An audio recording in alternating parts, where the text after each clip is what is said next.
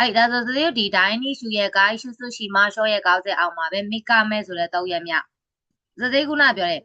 ဒန်ရှာနီနော်ဒီမာရှောကအီချီရှိတယ်အခုကဒန်ရှာနီနော်ဒီမာရှောဆိုတဲ့နီတယ်မနော်အဲ့ဒါကနှုတ်သက်အတိုင်းပဲစီးကိုပုံလေးကိုပြီးမှဖတ်မယ်အခုဒီမှာကြာအိုပွဲမာရှောမှတ်ကြရအောင်နဲ့မှတ်ကြမယ်ဒါဆိုစီးကိုဘယ်လိုမှတ်မလဲဆိုရင်ပူရာဆိုဟိုမူကဟောပါဘူးပူလာတိုဟိုမူက platform home ကိုပြောခြင်းဖြစ်ပါတယ်ဒါ platform ပေါ့နော်ပူလာတိုဟိုမူစေတဲ့ပြ platform ကတဲ့ခွန်စားစုရှိတဲ့ဤလို့ဆိုတာရှုပ်ထွေးနေသည်ကလေးတို့ကခွန်စားစုကြက်ပါမယ် platform မှာအရင်လူတွေရှုပ်ရှက်ခက်အဲ့ဒါမျိုးပြောတာပါ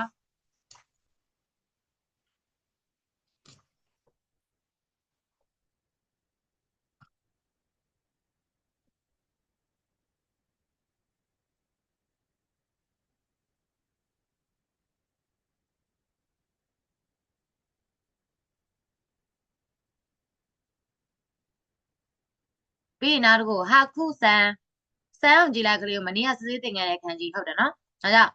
ဟာခုဆန်ဒီမြင်းအဖြူပြီးရင်နောက်တစ်ခုခီအီရိုဤဆန်မြင်းဝါ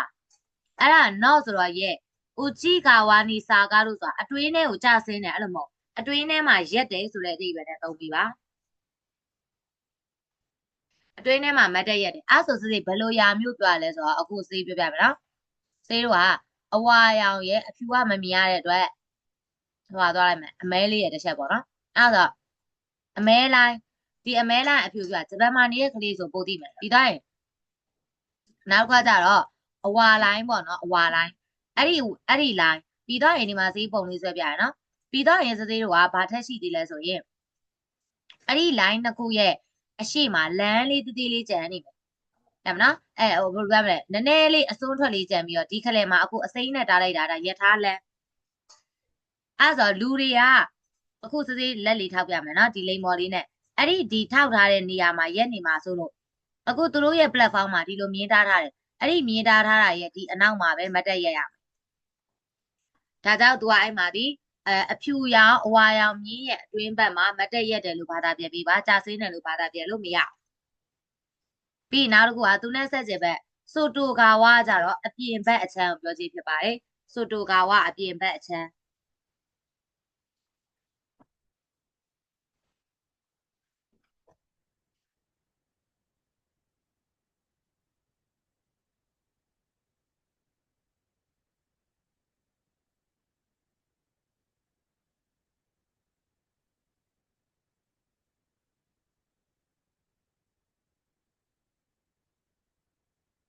ဟွန်း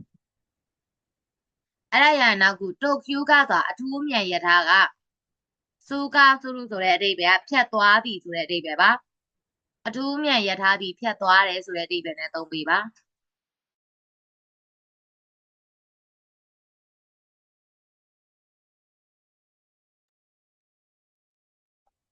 မြိုင်းရပါနော်နောက်တစ်ခုကတော့ဒီအောက်မှာဂျောရှာဆူလူဆိုတဲ့အဓိပ္ပာယ်ကကားစီးသည်တနည်းအားဖြင့်ကားစီးရတယ်လေကိုစီးမဲ့ကားပဲမူတရားကွာကားပေါ်တက်လဲဂျောရှာဆူလူရထားပေါ်တက်လဲဂျောရှာဆူလူပဲရမနော်ဘယ်လိုမျိုးသုံးလို့ရပါတယ်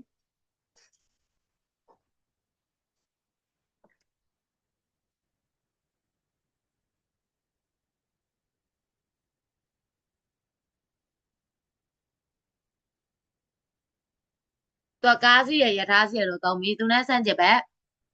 ဂေရှာဆူလူဆိုတဲ့အဓိပ္ပာယ်ကြတာရထားပေါ်မှာဆင်းသည်ပြီးရင်နောက်တစ်ခုကားပေါ်မှာဆင်းသည်ကြိုက်သူလို့သုံးတယ်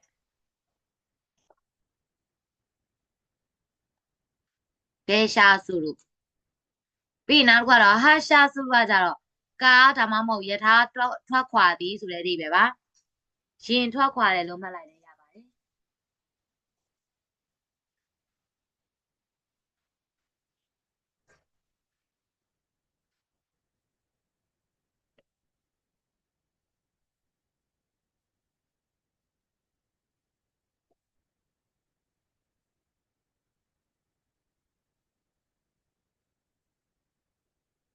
အဲ့ဒါရရင်နောက်တစ်ခုပါဒန်ရှာနာနာကဝရထားထဲမှာဂါရဒါဆိုတာဗလာပဲဘာမှပါမလား ဆိုတဲ့အဓိပ္ပာယ်ပါ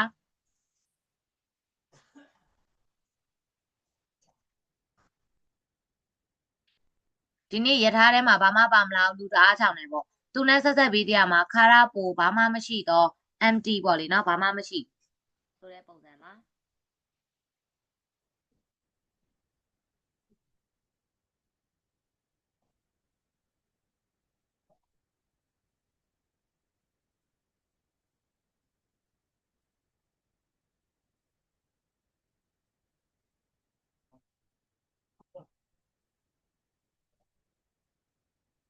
ပြီးတော့နောက်တစ်ခုကမန်းအင်းတန်းရှာတယ်မန်းအင်းကလူပြည့်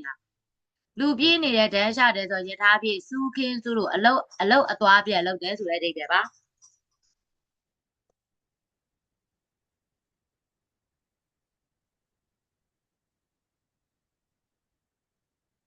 မန်းအင်းတန်းရှာတယ်လူပြည့်နေတဲ့ရထားပြည့်စူးခင်းစုလို့အလုတ်အသွားပြက်လုပ်သည်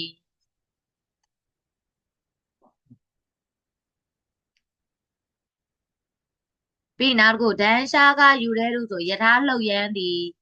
ဒန်းရှားကယူတဲ့လူရထားလှုပ်ရမ်းသည်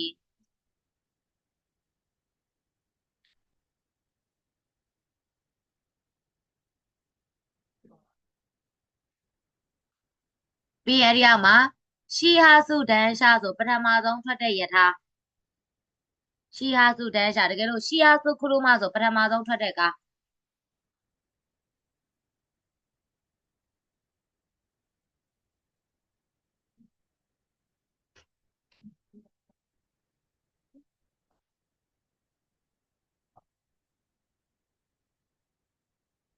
နောက်ပြီးစမ်းကြည့်ဘက်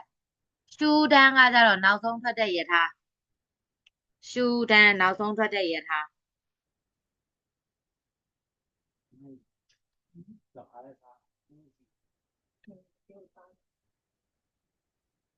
ပြီးနောက်တစ်ခုရှီဟာစုအခီခါရာနော်လူဆိုရင်ဗာလဲမှတ်တိုင်အစာကနေစီးတယ်ဆိုတဲ့ပုံစံမျိုးသူ့တိုင်းဘာသာပြန်ပထမဆုံးဘူတာကနေစီးတယ်ဆိုတော့ဒါမှတ်တိုင်အစာကနေစီးတယ်အဲ့လိုမျိုးမှတ်လဲရရနော်ပြီးနောက်တစ်ခါရှူဒန်တဲ့အိုရီလူဆိုရင်ဂိတ်ဆုံးမှာဆင်းတယ်ဆိုတဲ့အဓိပ္ပာယ်ပါရှူဒန်တဲ့အိုရီလူဂိတ်ဆုံးမှာဆင်းသည်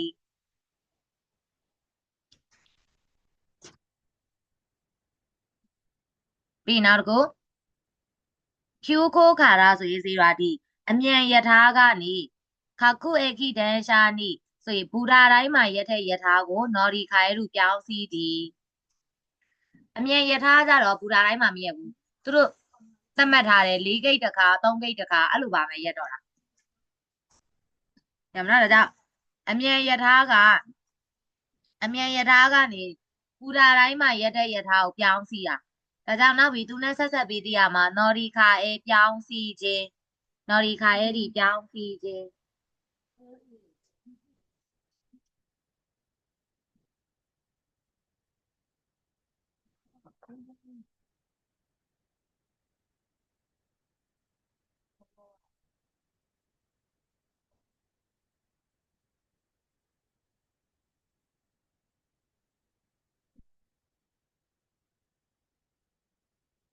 ပြီးနောက်ခုကလေးကိုနော်ဒီအိုခုတဲ့ဥစ္စာစီးတာနောက်ကြတာ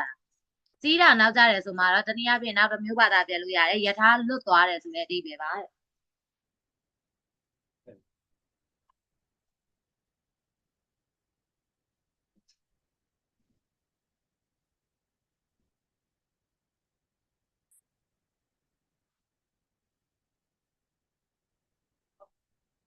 အဲ့ပြီးနောက်တစ်ခါနော်ဒီစုကောစုဆွဲအိဗာကြော်စီးသည်နော်ဒီစုကောစုကကြော်စီးอ่ะဘူတာကြော်စီးอ่ะကွာပြီးဘေးနားမှာခွေးစားကိုပိန်းနဲ့မတော်တဆလို့ရေးပေးတာအဲ့ဒါမတော်တဆကြော်စီးอ่ะနော်ဒီစုကောစုอ่ะမတော်တဆကြော်စီးမိတာပါ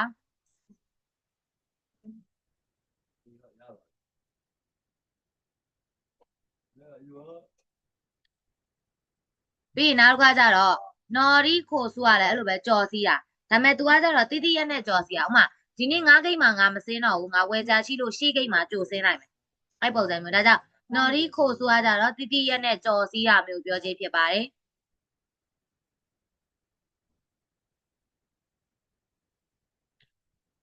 ပြီးသူနဲ့ဆက်ဆက်ပြီးသိရမှာဒီနော်ရီခိုရှိဆိုတာကြော်စီးခြင်းဆိုတဲ့ noun ဖြစ်ပါမယ်နော်ရီခိုရှိကြော်စီးခြင်းဆိုတဲ့ noun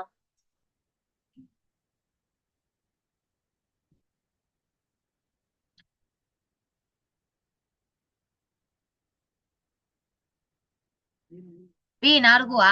အွန်ချင်းအိုးဆိုတာယင်စည်းကကိုစေးစမ်းစုလို့ဆိုတာတွက်ချက်သည်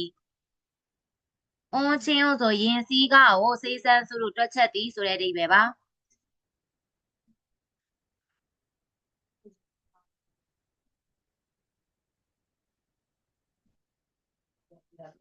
ပြီးတော့နောက်တစ်ခုရှာလျှောကဆိုတာရင်မူကရှာနိုင်ဘာလဲဆိုရင်အနာအွန်စုအိုစုလို့ဆိုရင်ရင်အတွင်းမှာကျင်ညာတယ်ဆိုတဲ့အဓိပ္ပာယ် announce လုပ်တာပေါ့နော်ရင်မူကဒီရင်အတွင်းမှာ announce လုပ်တယ်ကျင်ညာတယ်ဆိုတဲ့အဓိပ္ပာယ်ပါတဲ့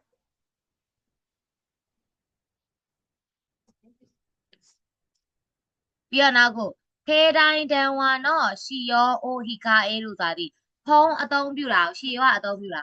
ဖုံးအသုံးပြုတာကိုဟီကာအေလို့ဆိုတဲ့အဓိပ္ပာယ်ရှောင်ကျင်တာမှသူတို့နိုင်ငံတွေကရထားပေါ်မှာဖုံးသုံးတာမကြိုက်ဘူးလေဒါကြောင့်ဖုံးအသုံးပြုတာကိုရှောင်ကျင်မယ်မသုံးပါနဲ့ဆိုတဲ့အဓိပ္ပာယ်မျိုးစကီကအိုတိုရှိယော်ဒီတက်ကြီးရွယ်အိုရိုးချင်းကလည်းတက်ကြီးရွယ်အိုပဲဒါကြောင့်တက်ကြီးရွယ်အိုတွေကိုစေခီယိုယူစုလို့ဆိုတာထိုင်ကုန်ကိုဖယ်ပေးတယ်ဆိုတဲ့အဓိပ္ပာယ်ပါ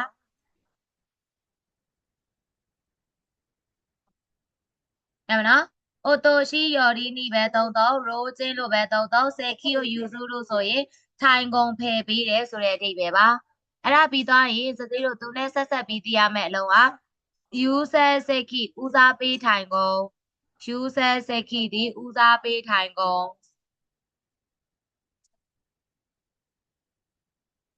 ပြီးတော့နောက်တစ်ခုကခါရာဒါနောဖူဂျီယူနာဟီတိုဒီခန္ဓာကိုယ်မတန်ဆွမ်းတဲ့လူကိုပြောခြင်းဖြစ်ပါတယ်ခါရာဒါနောဖူဂျီယူနာဟီတိုဒီခန္ဓာကိုယ်မတန်ဆွမ်းတဲ့သူပြီးတော့စကီဝချီကန်နီအာဟုဆိုတာဒီချီကန်နှာဘူးကိုပြောတာသူတို့ရထားတွေပေါ်မှာအဲ့လိုများတယ်လေနှာဘူးတွေပါအဲ့ကြောင့်စီတော့ချီကန်နီအာဟုဆိုနှာဘူးနဲ့တွေ့တယ်ဆိုတဲ့အဓိပ္ပာယ်ပါနှာဘူးနဲ့တွေ့တယ်တနည်းအားဖြင့်ဒီချီကန်ကလေ search ကိစ္စတွေပါမယ်ပေါ့နော်အဲ့လောက်ကိုနည်းနည်းညင်ညစ်ပတ်ပတ်နှာဘူးမျိုးပေါ့တခါကျတငယ်ချင်းချင်းဆိုဟဲ့နင်ကနှာဘူးပါညာစတာကြတော့ဒီချီကန်နဲ့မစအောင်နော်အဲ့ဒါကြဘယ်လိုမျိုးနဲ့စလဲဆိုရင်စုခဲပဲလို့မျိုးစတာမျိုးရှိတယ်စုခဲပဲပေါ့အဲ့ဒါမျိုးလေးကြားဖို့တယ်အဲ့ဒါဘယ်လိုပြောမလဲဆိုရင်စသေးတို့ဒီလူငယ်တွေပေါ့လူငယ်တွေကြားထဲမှာဟိုဒီပန်းစားတဲ့စကားလုံးပုံစံမျိုးပေါ့နော်အဲ့လိုမျိုးဒီချီကန်ကတော့နည်းနည်း search ကိစ္စပါညာပါတဲ့နှာဘူးမျိုးပေါ့နော်အဲ့ပြီးတော့နောက်ကအေခီနောဘိုင်ဒန်ဒီဘူတာအယောင်းဆိုင်လေးတွေပြောခြင်းဖြစ်ပါတယ်အေခီနောဘိုင်ဒန်ဘူတာအယောင်းဆိုင်အဲ့ကလေးလေးတို့အဲ့ဒါရယ်ဒီပုံလေးကိုတစ်ချက်ပြောပြမယ်နော်ကြည့်အောင်ပုံလေးမှာဒီကောင်လေးရဲ့ခေါင်းပုံဒီ user စိတ်ခိဦးစားပေးထိုင်ကုန်မှာသူဘာလုပ်နေလဲဆိုရင်ဖုံးသုံးနေဘေးနားမှာအဖိုးကြီးကတုတ်တုတ်ချီချီပေါ့နော်အဲ့နဲ့ရှာချောကလည်းတခါလေသူကဘာရှာချောတယ်ရှာချိုးရင်မှုကလည်းဘာလုပ်နေလဲဆိုရင်သူကကြည်ညာနေ announce လုပ်နေသူကဘာပြောဆိုမာတာတဖန်အိုတိုရှိယော်ရီယာတက်ကြီးရွယ်တွေနဲ့ခါရာဒါနာဖူဂျီယိုနာခါတာနီခန္ဓာကိုယ်မတန်ဆွမ်းတဲ့လူတွေကိုセキをお譲りください。ထိုင်ကုန်ပေးပါ။なお、優先席からごめん優先席ဆိုဦးစားပေးထိုင်ကုန်ရဲ့ခြိကားခုတဲ့အနီးနားမှာခေတိုင်းတန်ဝါနော့ဖုံးရဲ့ဂေါ်ရှီယောဝဂေါ်အလီယောခုဒါဆိုင်ဖုံးအသုံးပြုတာကိုရှောင်ကျင်ပေးပါတဲ့အဲ့ဒါကိုပြောချင်ဖြစ်ပါတယ်ဒါဆိုကလေးရမယ်ထင်ပါတယ်စီဒါလေးဆိုရရမယ်နော်